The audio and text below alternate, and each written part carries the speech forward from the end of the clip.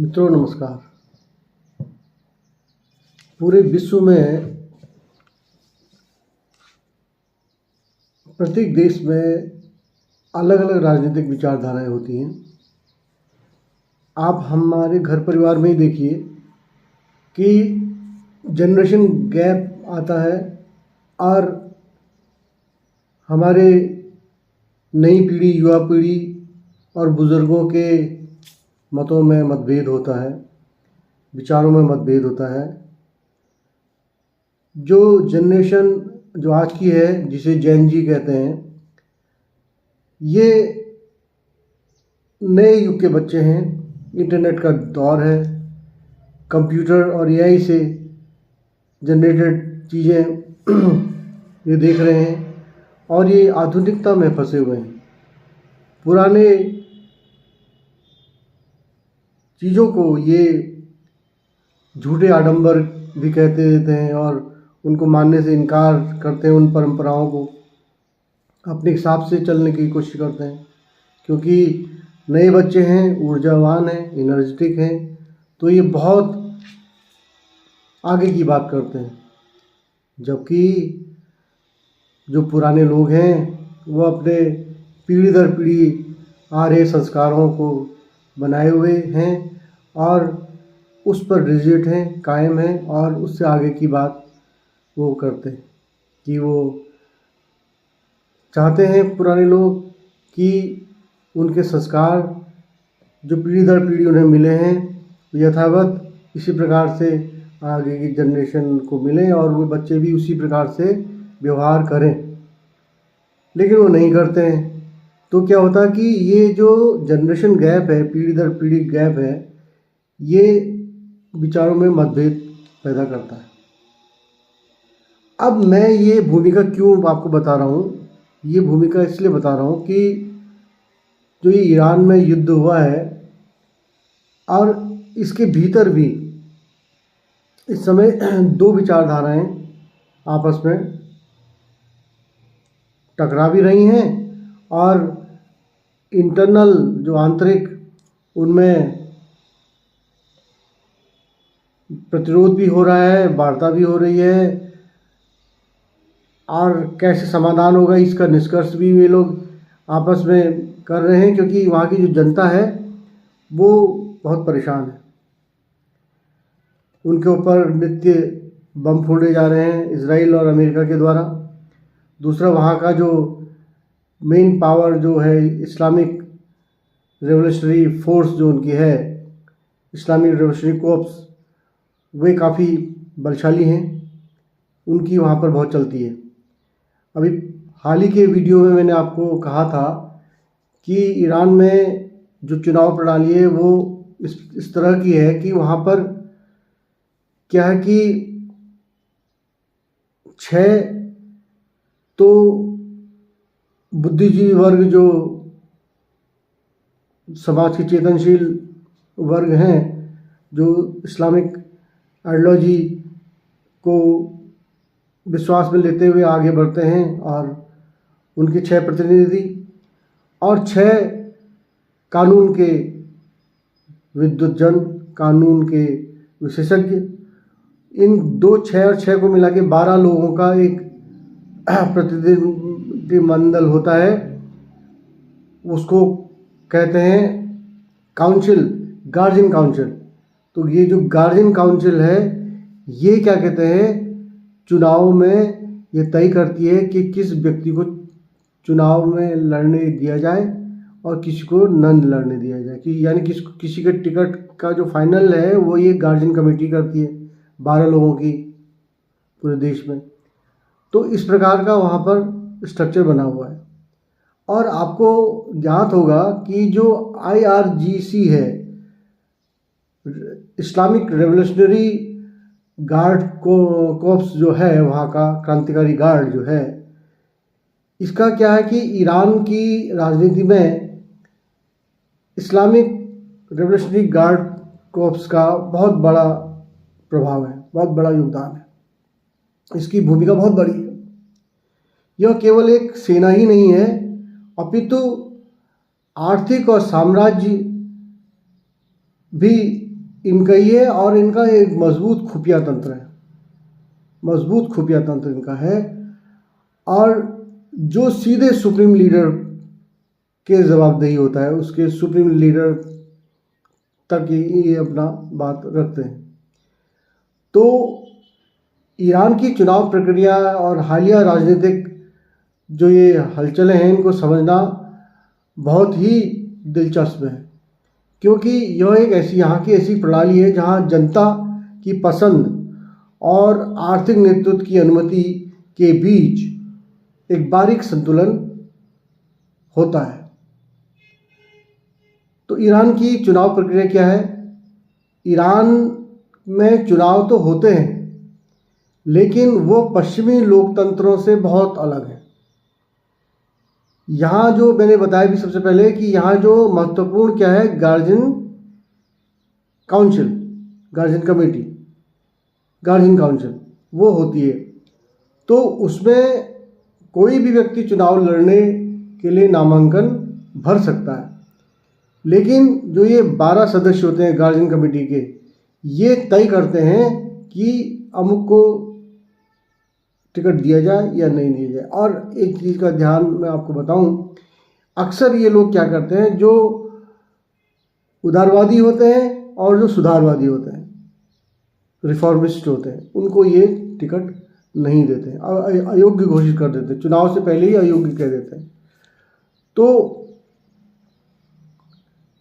और वो ये भी देखते हैं कि उम्मीदवारों का पिछला इतिहास क्या रहा है, इस्लामिक गणतंत्र के प्रति ये वफादार रहेगा या नहीं रहेगा, या रहा है या नहीं रहा है, और इसका जो पिछला रिकॉर्ड है वो उसका जो धार्मिक मापदंड उनके हैं उस पर वो उसने खरा उतरना है, तभी उसको टिकट मिलेगा, नहीं तो नहीं मिलेगा। और एक बार ये उम्मीदवारों की सूची जब फाइनल हो जाती है तो जनता फिर सीधे वोट डालती है। और यहाँ का राष्ट्रपति का कार्यकाल 4 वर्ष होता है, और अपने 4 वर्ष का तो होता है, और अपने जीवन में वो सिर्फ 2 बार क्या कहते हैं लगातार पद पर बना रह सकता है। तो अब इसकी मैं ये बताऊं शुरुआत, अब ये जो हालिया घटनाक्रम है इसकी शुरुआत कहाँ से हुई है? इसकी शुरुआत हुई है मई 2024 में। मई 2024 में क्या हुआ कि एक हेलीकॉप्टर की दुर्घटना हुई। उस हेलीकॉप्टर की दुर्घटना में इनका जो राष्ट्रपति थे इब्राहिम राइसी, उनका निधन हो गया, अचानक उनका निधन हो गया। और उनके अचानक निधन होने से बिल्कुल राजनीतिक शून्यता पैदा यहाँ ईरान में हो गई, राजनीतिक शून्यता पैदा हो गई। वे जो थे इब्राहिम राइसी साहब जो थे, वो सुप्रीम लीडर आयतुल्ला खुमैनी के बहुत नज़दीक माने जाते थे और उनके उत्तराधिकारी भी माने जा रहे थे। तो क्या हुआ कि राइसी के बाद चुनाव में मसूद पेजिशियन को राष्ट्रपति चुना गया। उनकी मृत्यु के बाद, उनके हेलीकॉप्टर दुर्घटना के बाद क्या हुआ कि मसूद पेजिशियन वहाँ के राष्ट्रपति चुने गए। और ये जो मसूद पेजिशियन थे, ये कंपैरेटिवली अपेक्षाकृत अधिक सुधारवादी थे और उदारवादी भी थे, और थे क्या अभी हैं, तो इनको माना जाता है सुधारवादी, माना जाता है रिफॉर्मिस्ट नेता माना जाता है। और ये क्या चाहते थे? ये चाहते थे कि उनका देश ईरान पश्चिमी देशों के साथ मित्रवत व्यवहार करे और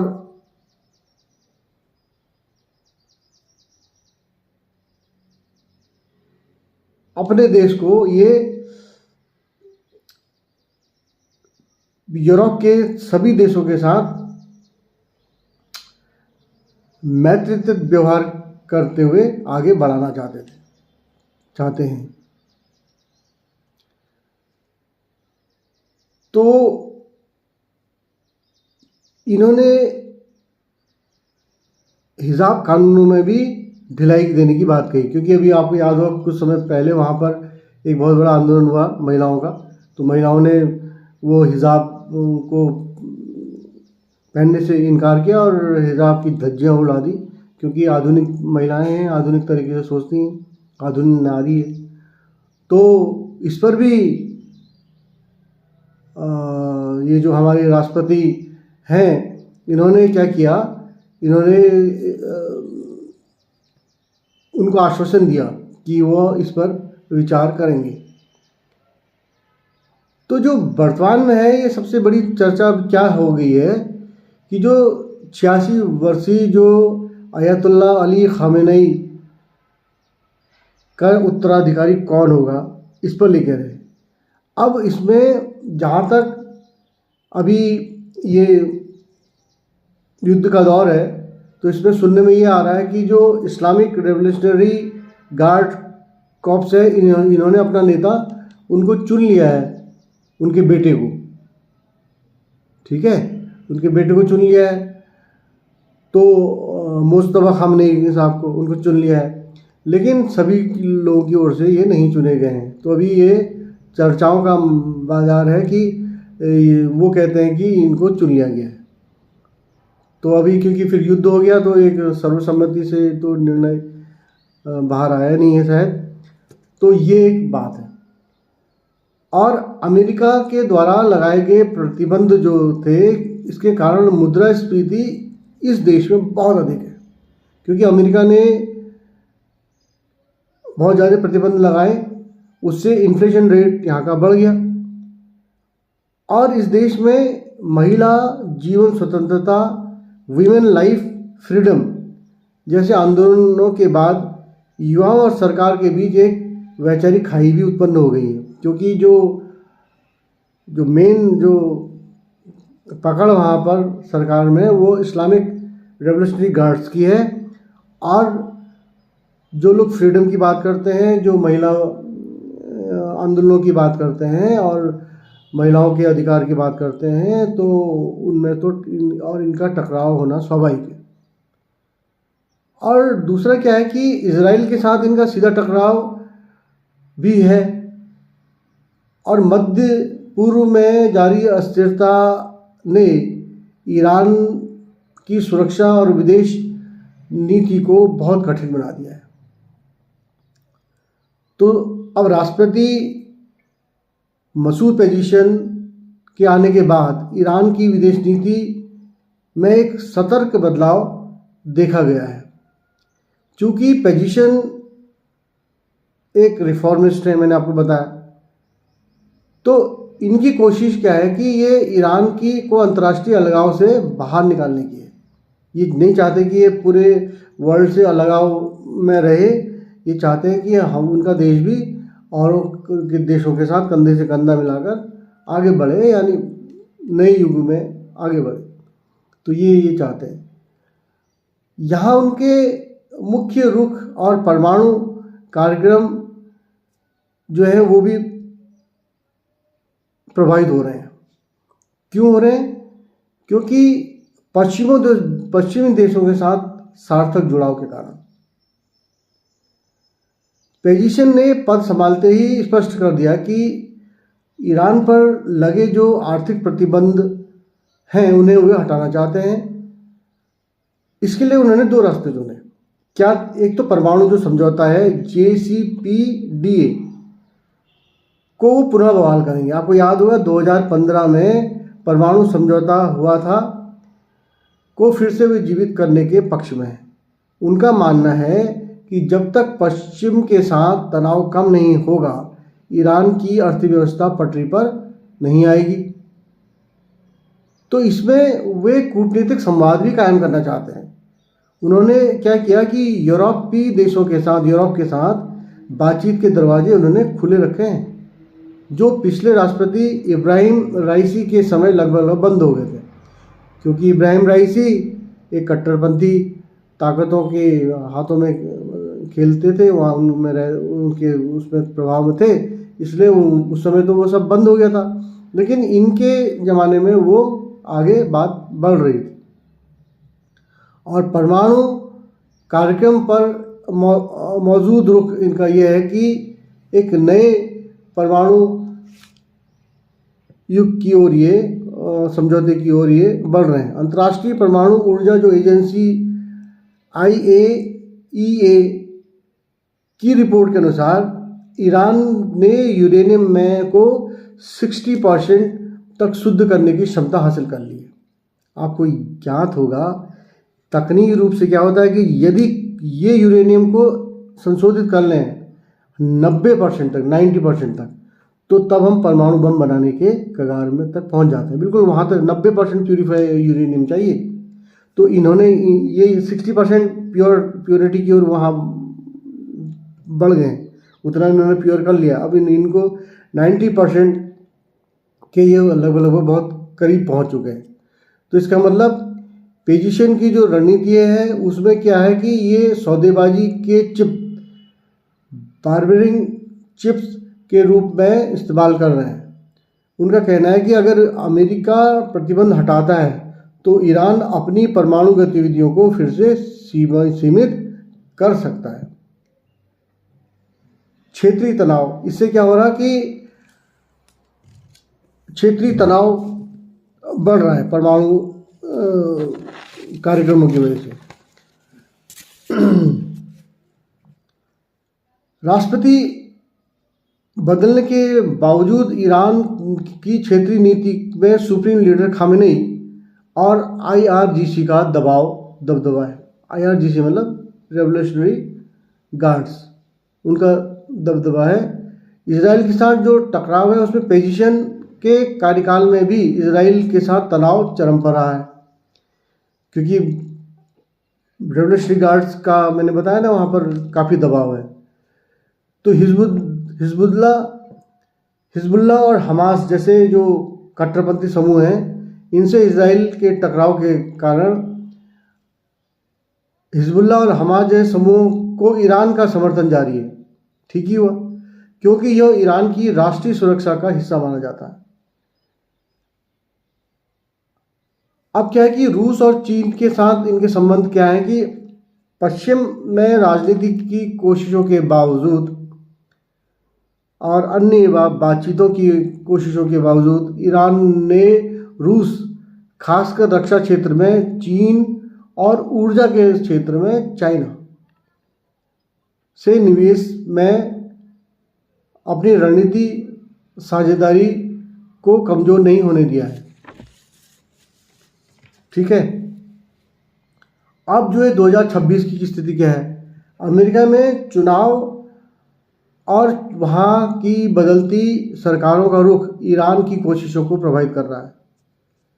ईरान के भीतर कट्टरपंथियों का जो धड़ा है वो पोजीशन की नरम नीति का विरोध कर रहा है।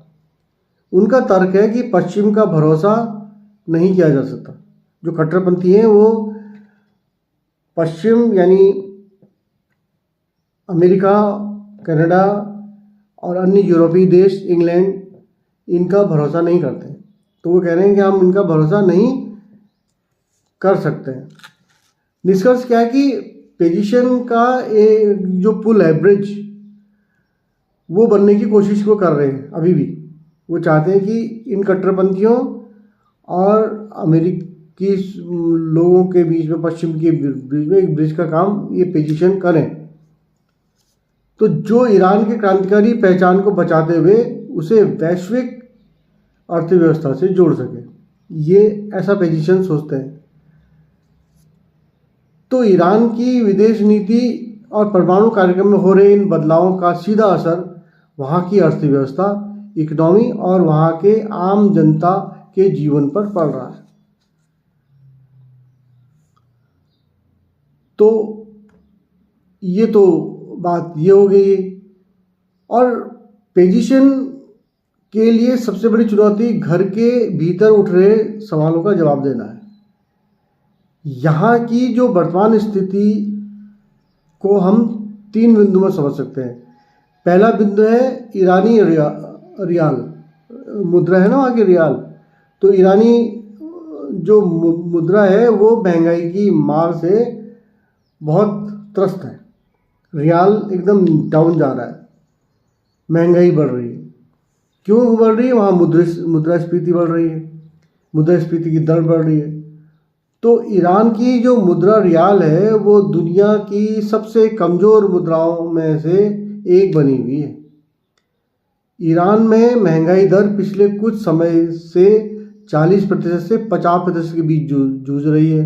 इसका मतलब यह है कि खाने पीने की वस्तुओं और किराए की कीमतों में हर महीने बढ़ोतरी हो रही है। तो अब इस देश में डॉलर का क्या असर है? डॉलर का असर है कि अमेरिका का जो डॉलर है, इसमें जैसे ही अमेरिका के साथ परमाणु समझौता JCPOA की बातचीत में थोड़ा भी सकारात्मक खबर आती है तो रियाल थोड़ा संभल जाता है, ठीक है। और जैसे ही इजराइल और पश्चिम देशों के साथ तनाव बढ़ता है, रियाल की कीमत गिर जाती है, जिससे आयातित सामान, दवाइयाँ, इलेक्ट्रॉनिक्स महंगे हो जाते हैं। जैसे आजकल वहाँ युद्ध हो रहा है तो क्या हुआ कि रियाल की कीमत बहुत डाउन हो गई है। तो वो इस स्थिति में भी नहीं है कि वो विदेश से इलेक्ट्रॉनिक सामान हो गया या दवाएं हो गया, जरूरी खाद्य वस्तुएं हो गया, वो खरीद सके, क्योंकि उसकी करेंसी बहुत डाउन हो गई, गिर गई है। तो इसलिए अच्छा, एक चीज़ और, वहाँ पर एक समांतर अर्थव्यवस्था भी है, शैडो इकोनॉमी। वो क्या है कि इतने प्रतिबंध के कारण ईरान ने जीने का अपना ही तरीका निकाल लिया है। वे जिसे प्रतिरोध की अर्थव्यवस्था कहते हैं, तेल की तस्करी, वो क्या कर रहे हैं? तेल की तस्करी कर रहे हैं। ईरान चोरी छुपे अपना तेल खासकर चीन को बेचता है। चीन को, वो अभी एक वीडियो भी वायरल हुआ था कि वो मोटरसाइकिल में तेल ले जा रहे थे, मोटरसाइकिल में कंटेनर में भर के, एक कंटेनर इधर, एक कंटेनर उधर, एक आगे और एक पीछे लेके, पेट्रोल डीजल जो भी होता, क्रूड या क्रूड ऑयल होता होगा, जो भी होता है, उसको लेके वो बॉर्डर तक पहुंचा रहे थे वहाँ के बेरोजगार बच्चे, और बहुत सस्ते दामों पर, और अपने जोखिम जीवन की भी तो बहुत वहाँ पर वो हुआ, जोखिम हुआ। बाइक में कभी कहीं आग लगा, पकड़ ली रास्ते में चलते समय मोटरसाइकिल ने, तो पूरी उड़ा ले जाएगा उसकी ज़िंदगी को, तो वो भी एक रिस्क हुआ। तो यहाँ क्या है कि ये ऐसा कर रहे हैं जिससे उनको थोड़ी बहुत जो है विदेशी मुद्रा उनको मिल रही है। तो कई देशों के साथ ईरान तेल के बदले अनाज और तकनीकी का भी व्यापार करता है। स्थानीय उत्पादन जो वहाँ का है, चूँकि बाहर के सामान आना मुश्किल है, इसलिए ईरान ने अपने घरेलू इंडस्ट्री, कार, घरेलू उपकरण को काफ़ी विकसित कर लिया है।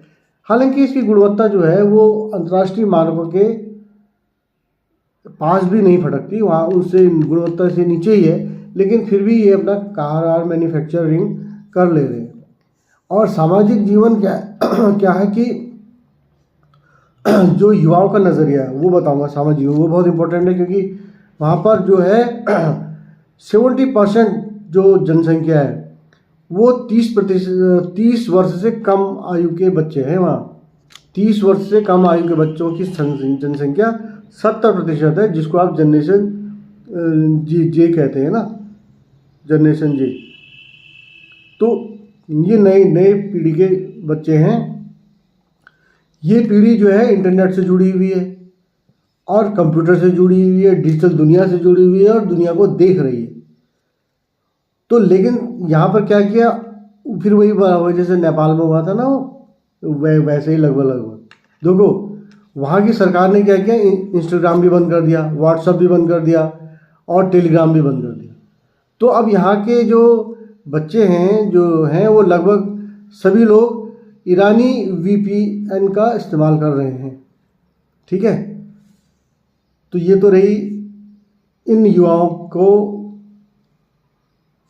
इंटरनेट सुविधा से महरूम रखना, उनको कहते हैं नहीं देना, तो प्रतिबंध लगाना, ये बात हुई। तो इसका मतलब आप 70% जनता को जो 30 वर्ष से कम आयु की के उसमें हैं, आप उन पर प्रतिबंध लगा रहे हैं। ठीक है। अब क्या हुआ कि ये इस देश में आर्थिक तंगी, सामाजिक पाबंदियों के कारण ईरान के बेहतरीन डॉक्टर, इंजीनियर, वैज्ञानिक बड़े पैमाने में यूरोप और कनाडा की ओर पलायन कर रहे हैं। ब्रेन ड्रेन भी हो रहा है यहाँ पर। देखिए, आप देखिए, इस देश में ऐसा नहीं है कि बहुत पढ़े लिखे विद्वान डॉक्टर हैं, इंजीनियर्स हैं, वो वहाँ से इन प्रतिबंधों के कारण वहाँ से पलायन कर गए, वो कनाडा चले गए, वो यूरोप चले गए, वो अच्छे लोग वहाँ से निकल गए। अब अच्छा, इसमें एक चीज़ और है कि जो हिजाब की स्वतंत्रता का एक आंदोलन चला था, अभी हाल में आपको देखा होगा, ये 2022 में चला था। महसा अमीनी का नाम सुना होगा तो आपने। तो महसा अमीनी आंदोलन के बाद हालांकि कानून अभी तक नहीं बदला, लेकिन बड़े शहरों में जैसे तेहरान में महिलाएं पहले की तुलना में अधिक मुखर होकर आगे आ रही हैं, और राष्ट्रपति पेजिशन ने भी नैतिकता पुलिस मोरालिटी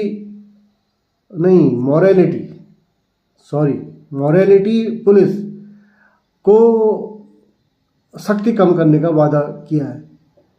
जो नैतिकता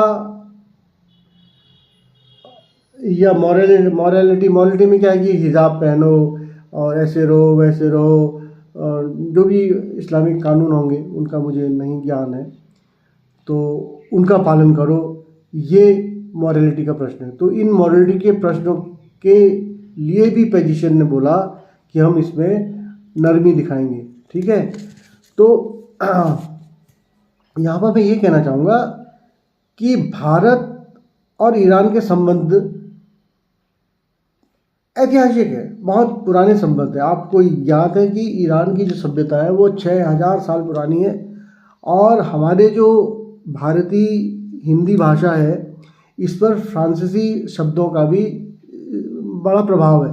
हमारी आम बोलचाल की भाषा में कई शब्द जो हैं फ्रांसीसी हैं, कई शब्द आपको मिल जाएंगे। और हमारे जो मंदिर हैं, और हमारे इधर पंजाब में और इधर राजस्थान में, गुजरात में जो मंदिर हैं, उनकी जो शैली है उसमें भी ईरानी शैली का प्रभाव पड़ा है, और भी देश के अन्य जगह मंदिरों में ईरानी सभ्यता का प्रभाव पड़ा है।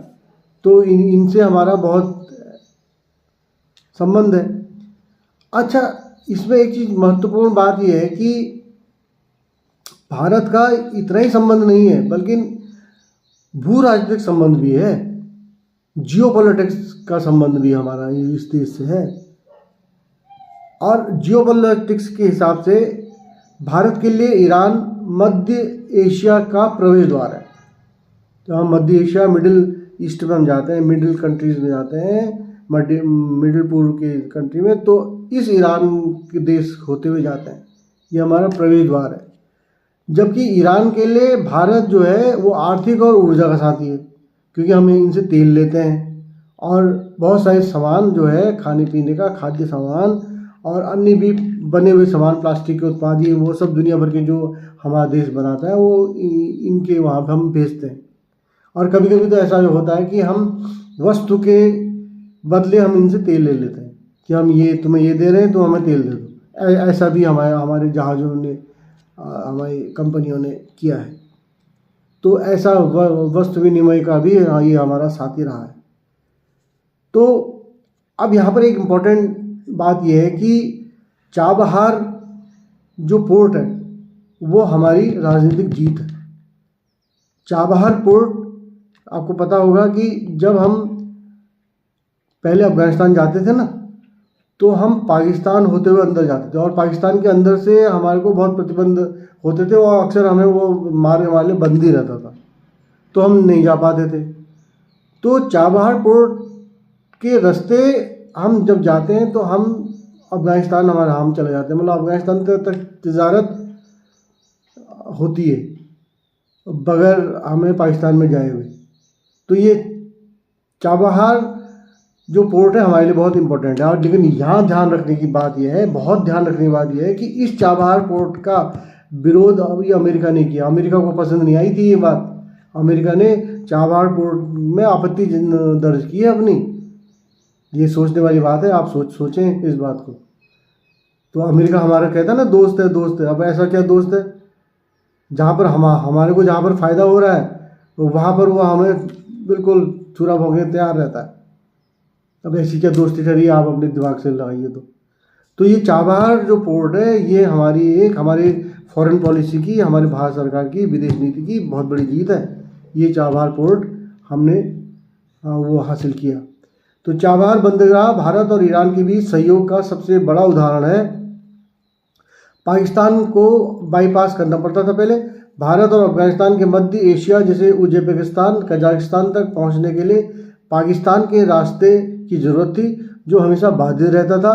चाबहार ने भारत को एक सीधा समुद्री रेशमी मार्ग दे दिया। चीन का मुकाबला, यह बंदरगाह पाकिस्तान में चीन द्वारा विकसित किए जा रहे ग्वादर पोर्ट के बहुत नज़दीक है। इसलिए भी इम्पोर्टेंट है कि ये जो चाइना ने जो वहाँ एक ग्वादर पोर्ट विकसित किया है इसमें पाकिस्तान में, तो उसके बहुत नज़दीक ये पोर्ट है। तो इसलिए भी ये बहुत इम्पोर्टेंट पोर्ट है। तो चाबहार के जरिए भारत इस क्षेत्र में अपनी उपस्थिति को मजबूत कर रहा है। INSTC उत्तर दक्षिण परिवहन गलियारा, चाबहार इस बड़े प्रोजेक्ट का हिस्सा है जो भारत को ईरान के रास्ते रूस और यूरोप से जोड़ता है।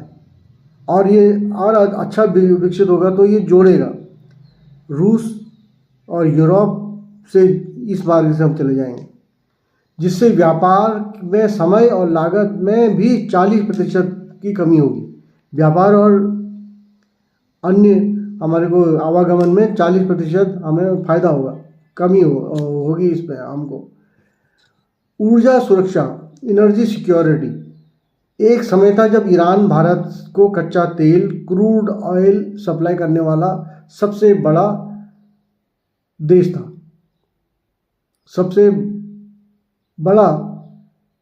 दूसरा सबसे बड़ा देश था। जो ये प्रतिबंध हो गया, अमेरिका ने प्रतिबंध कहा ना कि ईरान से कुछ नहीं लोगे, इसका जो असर हुआ वो क्या हुआ कि भारत ने ईरान से तेल खरीदना आधिकारिक तौर से बंद कर दिया। और रुपया और रियाल का जो व्यापार होता था, दोनों देशों में प्रतिबंध को बचने के लिए स्थानीय मुद्रा में व्यापार करने का तंत्र पर भी चर्चा की है। तो यहाँ पर क्या हो रहा है कि वो हमसे अमेरिका कह रहा है कि तुम यहाँ से तेल नहीं लोगे, मतलब अब ये जो युद्ध की स्थिति हो गई है, तो अब इसमें हमारे लिए बहुत बड़ी समस्या पैदा हो रही है।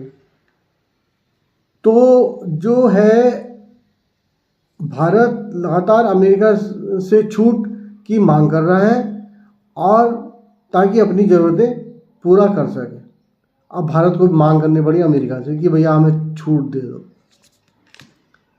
अब कूटनीतिक जो संतुलन है वो क्या है, जो डिप्लोमेटिक जो हमारा वो तरीका है वो क्या है कि भारत के लिए ईरान के साथ संबंध बनाए रखना एक दुधारी तलवार जैसा है। भारत बनाम अमेरिका, भारत को ईरान के साथ दोस्ती और अमेरिका के साथ अपनी रणनीतिक साझेदारी के बीच संतुलन बनाना पड़ता है। अमेरिका अक्सर भारत के इजराइल के साथ अमेरिका अक्सर चाबहार प्रोजेक्ट पर कड़ा रुख अपनाता है। मैंने कहा नहीं, अमेरिका इस चाबहार पर कड़ा रुख अपनाता है। तो कैसा दोस्त है ये हमारा? तो बताइए, जहाँ हमें फ़ायदा हो रहा है वहाँ पर ये इसका कड़ा रुख ठहरा, तो फिर ये दोस्त कैसा ठहरा? लेकिन ये मजबूरी है ना भारत की भारत की मजबूरी है कि वो इनसे अच्छा संबंध बनाए रखना चाहता है। और ये हमारी विदेश नीति की खूबी भी है कि उसने अभी तक सभी देशों के साथ अपना बेहतरीन संबंध बनाए हैं और सबसे बहुत अच्छे संबंध बनाए, ईरान से, इराक से और पश्चिमी अरब के और अन्य देशों के साथ, मध्य पूर्व के देशों में सबसे अच्छे संबंध हैं। तो ये हमारे विदेश नीति का बहुत बड़ा वह है कि हम अभी तक सामंजस्य बनाए, लेकिन इनके लिए बड़ा कठिन ये है कि अमेरिका इस ढंग की बातें करता है जिससे हमें बहुत परेशानी होती है इस देश को। तो अमेरिका अक्सर चाबहार प्रोजेक्ट पर कड़ा रुख अपनाता है, लेकिन भारत इसे अपनी राष्ट्रीय सुरक्षा को जरूरी बताता है। तो ईरान बनाम इजराइल क्या है कि भारत इजराइल के साथ भी बहुत गहरे संबंध है। जब ईरान और इजराइल के बीच तनाव बढ़ता है तो भारत को बहुत संभल कर बयान देने पड़ते हैं ताकि किसी के पक्ष में रिश्ते खराब ना हो, यानी रिश्ते बने रहें। अब देखिए, अब हमारी विदेश नीति का क्या मामला है कि इजराइल से हम लोग क्या लेते हैं, इजराइल से हम लोग वेपन्स लेते हैं, अच्छे उच्च तकनीक के सैन्य उपकरण हम लेते हैं, और हमें अमेरिका भी सैन्य उपकरण देता है, यानी हम उनके भी खरीदार हैं। अब क्या है, ईरान से हम तेल खरीदते हैं, बदले में हम उनको अनाज देते हैं और प्लास्टिक के अन्य उत्पाद देते हैं, सामान अन्य चीज़ देते हैं, कपास के बदले मतलब कपास से बने हुए कपड़े प्रदान करते हैं, क्योंकि वहाँ तो क्या होता है, वहाँ तो कोई कुछ होता नहीं है ना ईरान में। एक तो डिज़र्ट है और वैसे तो बड़ा सुंदर देश है, वहाँ बहुत ऊंचे ऊंचे पहाड़ हैं, उन पहाड़ों के ऊंचे में बर्फ़ भी पड़ती है, वैसे तो सब बढ़िया है, लेकिन वहाँ उस देश में कुछ होता नहीं है। तो जब उस देश में नहीं होता तो वो अधिकांश जो है वो हमारे देश से ही जाता है। तो ऐसे में क्या है कि हमारा देश उन सबसे अच्छे संबंध बनाए हुए है, हमारे विदेश मंत्रालय की खूबी है, इसको धन्यवाद देना चाहिए कि इतनी एडवर्स कंडीशन के बावजूद भी ये हर एक देश से हमारा देश सामंजस्य बनाए हुए है। लेकिन आप ये मान के चलिए कि बहुत कठिन हमारे देश के लिए हो रहा है संतुलन कायम करना। तो ये एक मैंने अभी बात रखी, हल्की फुल्की जो भी रखी, एक कोशिश रखी कि ईरान में किस ढंग की चीज़ है और हमारा देश और हमारे लिए क्या मुसीबत है, तो वो मैंने आपको बताया। धन्यवाद, नमस्कार।